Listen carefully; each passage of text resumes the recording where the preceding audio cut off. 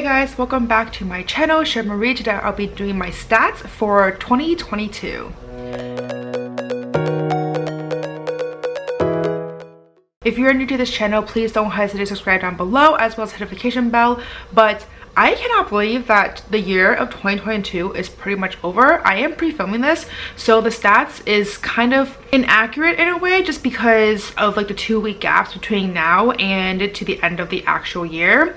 So I have about 10 days that I am not accounting for the statistics. I am looking forward to actually completing a couple books during this time frame, so the numbers will be skewed a little bit, but I don't think that would change too much in terms of percentages, etc. for the rest of the stats. But let's just get right on with the stats. So as always, I am looking at my year in books on my laptop over here for Goodreads because that is where I do my main tracking for books. So far for the year of 2022, I have read 225 books. That means I read 7,437 pages, which is honestly insane. This is also not including all the DNFs that I finished because I did have a number of DNFs throughout the year, and I honestly try to count them and then I stopped halfway through. Like I just started DNFing too crazy and like I just couldn't keep up with like tracking them every day.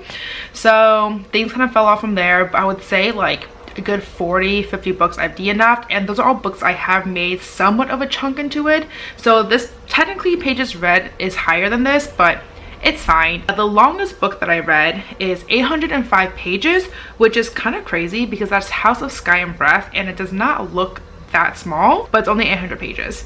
The shortest book I read was Fence Volume 2, which is 112 pages. The average book length that I read was 329 pages. The most popular book, aka the most shelved book, was of course It Ends With Us by Colleen Hoover. Over 3 million, almost 3.5 million people shelved this book. Insanity. The least shelved book, aka the least popular one, was Take Me With You by Tara Altebrando. I hope I'm pronouncing her name correctly. This book only had a little over 2,000 people who shelved it. My average rating, which honestly this is the best part, is 3.9. I feel like every year it has gone up, which is great, and I think the previous years has always been like a solid like low 3, so the fact that I have almost a 4-star is like insanity. Very happy about that. Then my highest rated on Goodreads is Project Hail Mary, which had an average of 4.51 rating. This book I gave 5 stars, by the way. It was such a freaking good book. And that is it in terms of the stats I get from Goodreads. And then of course I did do my own little analytics and everything, and I have to share those as well with you guys. So I'll include the graphs over here, but the first stats I want to share are the books I've owned versus the books I've borrowed. So this number is also a little bit off too because a lot of the books I've borrowed are actually books I do own. It's just that I want to pick them as an audiobook, so I picked them up from the library instead, but I do own the physical book. So technically the number of owned books is a lot higher. It's just that I happen to read them as a borrowed format, so I had shelved it as such.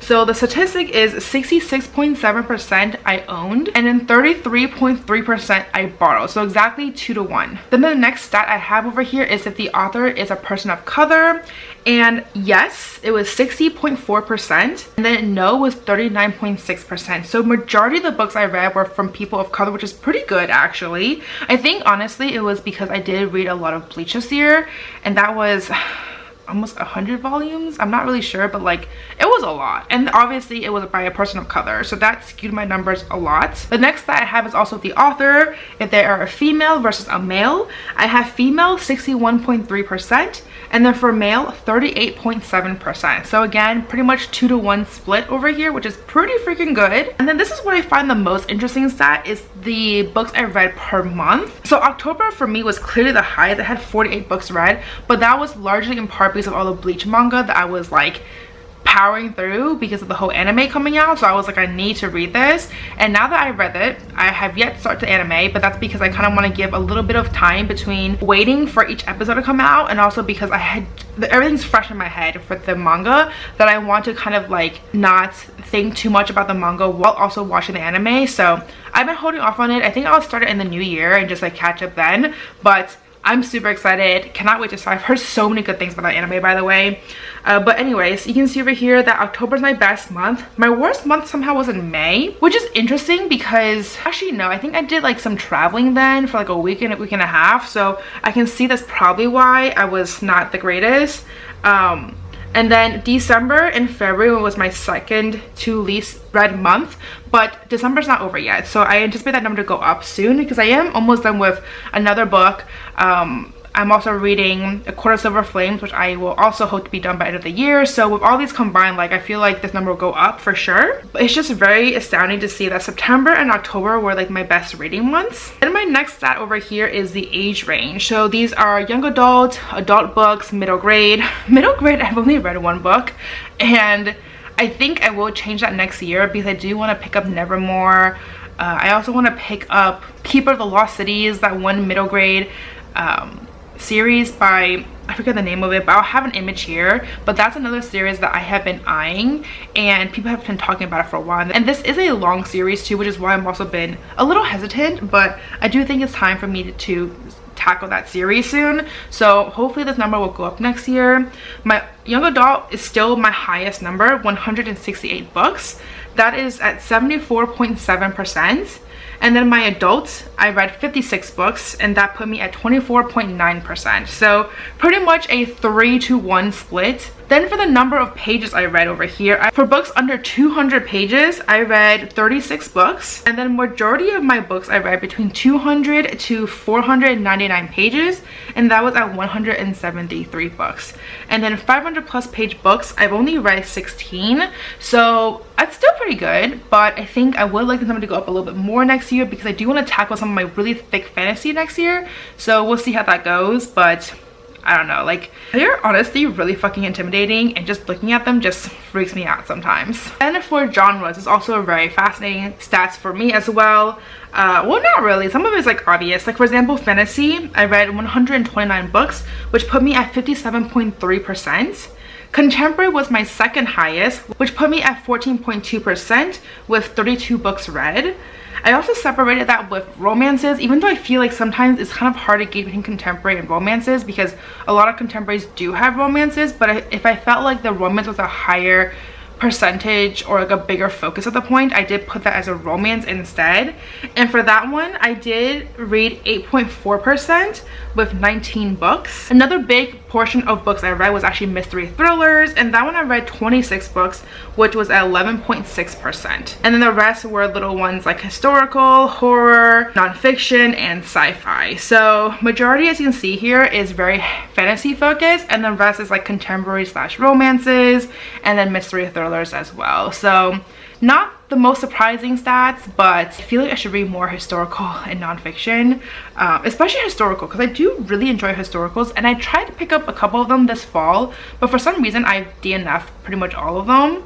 So we'll see, maybe next year will be better for historical for me. Next stat I have over here is form of reading. So if I read these books physically, audially, or on ebook. So ebook for me somehow fell off the radar, but I did read pretty much the entire Bleach series on ebook, so that helped my numbers a lot because that was 75 books.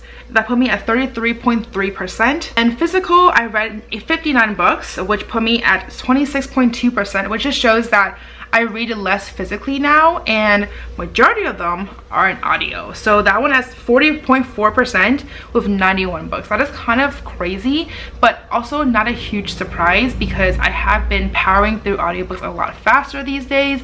It's just a faster way for me to read books because I can do that while working, while doing errands, driving, etc., and it's just easier way for me to digest them versus physically where I just have to like sit down and actually take time, and sometimes I just want to watch a TV show. So I'm not terribly surprised, but I do hope that next year my physical number will go up a little higher. And then finally, my last stat over here is my ratings. So I have number of books versus ratings, and honestly this is actually not too bad because my lowest book, which is 1.5 star, I only have one book there, which is pretty freaking fab. Then I have 10 books for 2 stars, and then majority of my books were in 4 stars and 5-star range.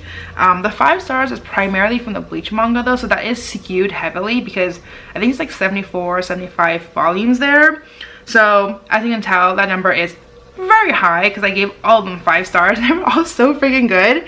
And then a number of books, really good books, I gave 4 stars and 4.5 stars. So You can tell that I've definitely had a better reading year in terms of the quality of the books, but I am hoping that I will have a lot less 1.5 star, 2 star, 2.5 star reads. I'm hoping that everything is 3 stars and up, but honestly I'm really hoping things more 3.5 to 4 stars and up, because 3 stars is, for me, is very average. It's like nothing crazy, you know, nothing too exciting. I don't know, like it's just an okay average read. So I'm hoping that next year I'll be more mindful of the books I read, and so I will be able to have a higher rating. So basically what that means is that next year I might be even more harsh on my DNFs. So I need to really prioritize what the time I spend and which books I will be digesting, because there's too many books in the world, and or at least on my shelves, and I don't have all the time in the world. So let's hope that 2023 will be better in terms of the quality of the books I read.